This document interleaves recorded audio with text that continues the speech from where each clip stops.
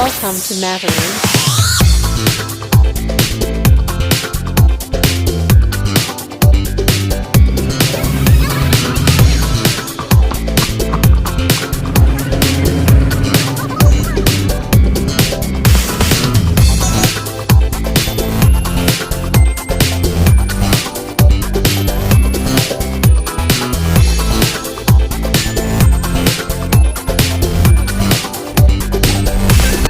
हाय नमस्कार. आजच्या एका नवीन व्हिडिओमध्ये पुन्हा मी तुमचं स्वागत करतो आहे. आज आपण चाललेलो आहोत माथेरानला आणि आपण दिव्या म्हणजे डोंबिवलीपासून नेरळपर्यंत असा लोकल ट्रेनने प्रवास केलेला आहे आणि तिथून नेरळ स्टेशनपासून जी आपल्याला शेअरिंग टॅक्सी भेटलेली आहे त्या टॅक्सीमधून बसून आपण आता माथेरानला जाणार आहोत. बाकी पुढच्या गमती तुम्हाला व्हिडिओमध्ये बघायला भेटतील. व्हिडिओ शेवटपर्यंत बघा. व्हिडिओ आवडला तर व्हिडिओला लाईक करा आणि चॅनलला सबस्क्राईब करायला विसरू नका.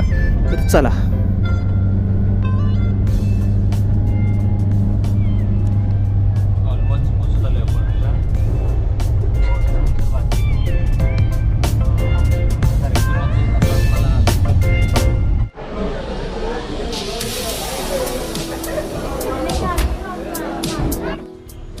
माथेरानला पोहोचलो आहे आणि हा आतमधून गेटमधून एंट्री पास घेऊन वगैरे आता आतमध्ये आलो आहे.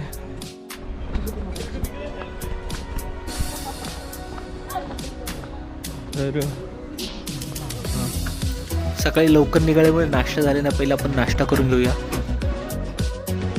तर आता इथे आलो आणि हे तिकीट घेतलेलं आपण आणि गाडीवर तिकीटवरती आहे ना असं नंबर आहे की 52-15-5 असे म्हणजे त्या ट्रेनचे एक विशिष्ट नंबर आहेत आणि त्या नंबरवरून तिथं टाईम लिहिलेला आहे की बाबा या टाईमला तुमची ट्रेन येईल वगैरे असं. तर आता मी ट्रेन बघायला जातो आहे. एकटा असल्या फिरण्याची एक वेगळी मजा आहे. विषय ही आपल्यासमोर येते आहे ती माथेरानची लाडाची हक्काची ट्रेन आहे. ही ट्रेन म्हणजे आता डिझेलवर मला वाटते चालते पण हे 0 पोल्युशन शहर आहे माथेरान. त्यामुळे या ठिकाणी यायचं असेल तर तुमचं स्वतःचं व्हेकल हे त्या गेटच्या तुम्हाला जसं मग इंटरव्ह्यू दाखवलं जो गेट आहे त्या गेटच्या बाहेरच उभं करून यायला लागतं आणि तिथूनच पुढे मग तुम्हाला जर माथेरानला जर गणपती जायचं असेल तर हा इथून ट्रेन हा ऑप्शन आहे. जर ट्रेननी जायचं नसेल तर तुम्हाला इथून इलेक्ट्रिक ऑटो रिक्षा हा सुद्धा ऑप्शन आहे. तर तुम्ही घोडे किंवा ते माणसं घेऊन जातात त्या याचा सुद्धा वापर करू शकता तुम्ही.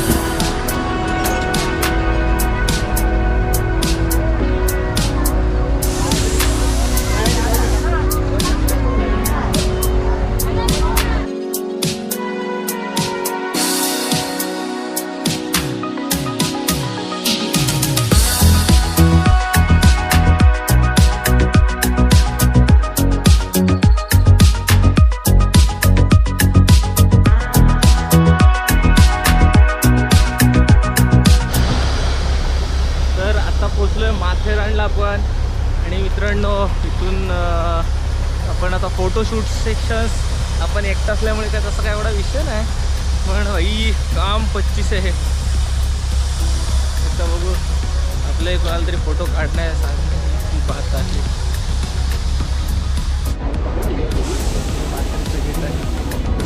स्टेशन आहे ते खाली. वेलकम टू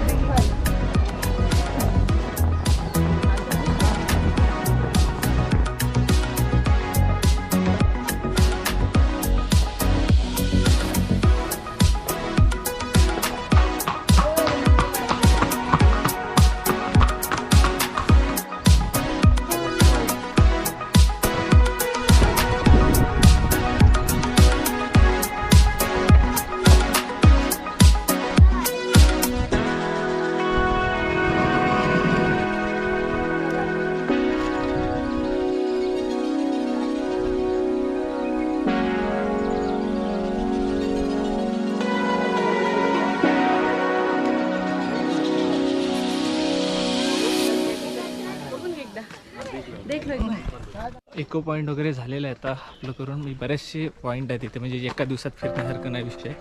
आणि बघूया एकटं असल्यामुळे जरा विषय वाटतं पण जरा कपल वगैरे किंवा नंतर मित्रांचा प्लॅन करू शकतो आपण. बघूया आता.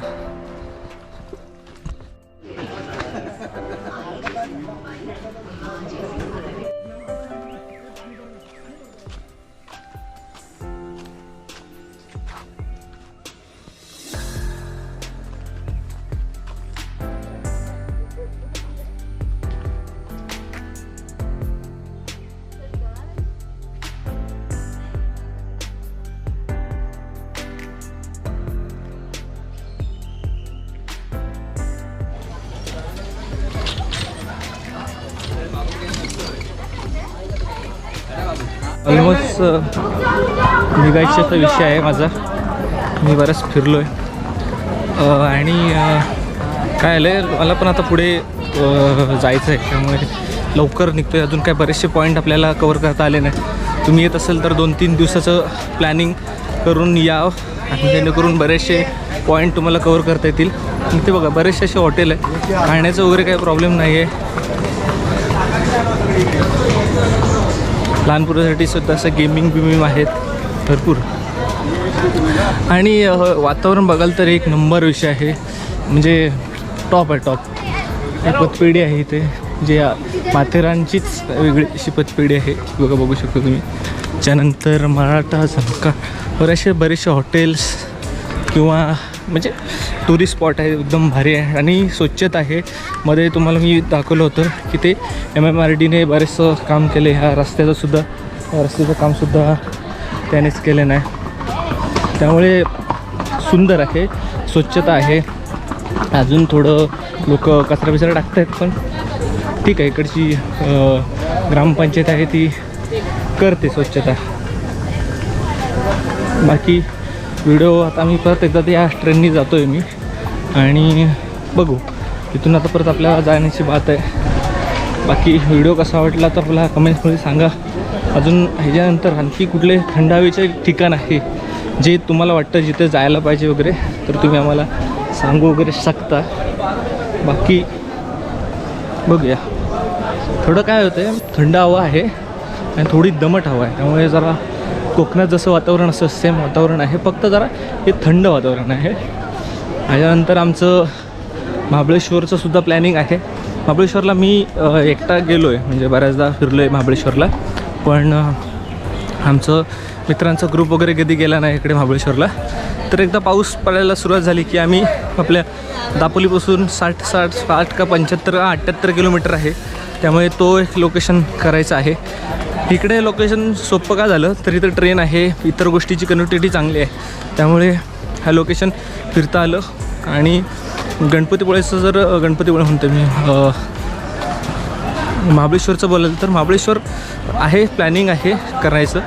बघू आता कसं काय पुढे नियोजन होतं आहे ते बघणे गरजेचं आहे.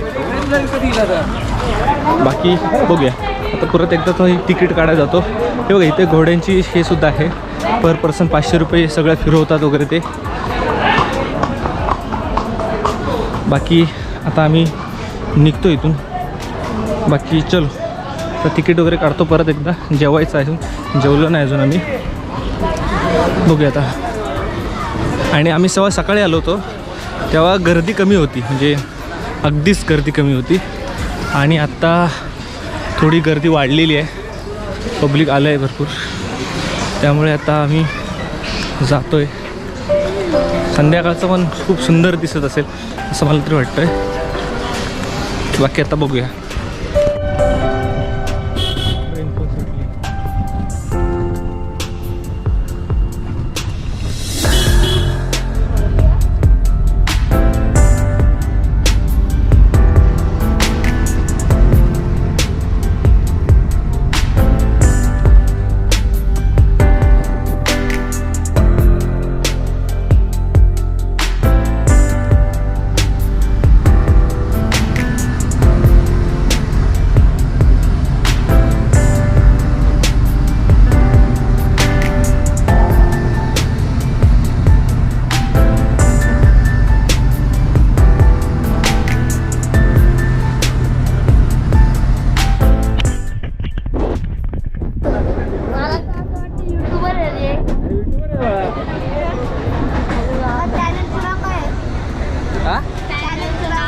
कोकण कॅपिटल. कशावर नाही रे बाळा, ब्लॉग बनवतो.